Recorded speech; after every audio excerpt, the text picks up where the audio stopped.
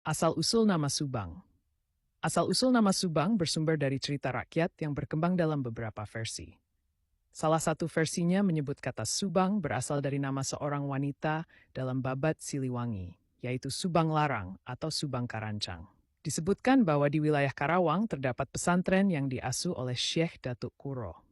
Syekh Datuk Kuro ini memiliki santri putri, salah satunya bernama Subang Larang yang merupakan putri Ki Jamajan Jati. Dalam perjalanannya, Subang Larang kemudian dipersunting oleh Raden Pamanah, rasa yang bergelar Prabu Siliwangi saat menjadi Raja Pajajaran. Dari pernikahan ini kemudian lahir dua orang anak yang bernama Raden Walang Sungsang dan Ratu Rara Santang.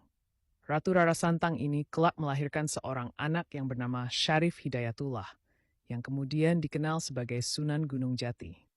Sejarah Kabupaten Subang, berdasarkan situs resmi Kabupaten Subang, disebutkan bahwa kota Nanas ini sudah ditempati masyarakat sejak masa prasejarah.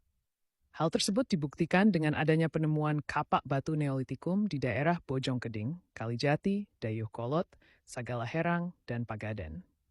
Penemuan tersebut menunjukkan bahwa wilayah Kabupaten Subang saat itu ditempati masyarakat yang bergerak di sektor pertanian sederhana.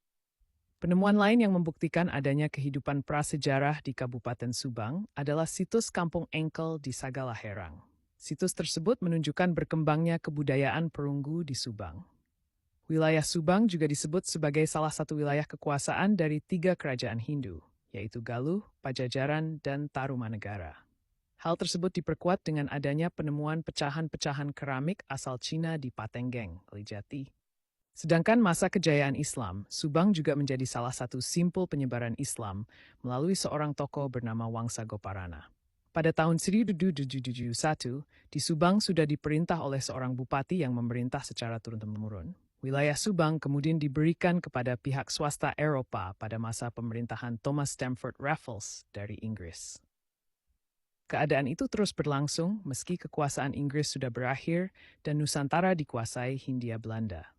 Pemerintah Hindia Belanda kemudian membentuk distrik-distrik yang membawahi Onderdistrict di wilayah Subang. 1 tahun setelah Indonesia merdeka, tepatnya 5 April 1958, terjadi rapat di wilayah Subang, yang salah satu hasilnya adalah pembentukan Kabupaten Karawang Timur. Karawang Timur ini mencakup wilayah Subang dan Purwakarta sekarang. Penetapan kata Karawang Timur itu limit at Spril Sris Botstat, dat the di Kabupaten Subang.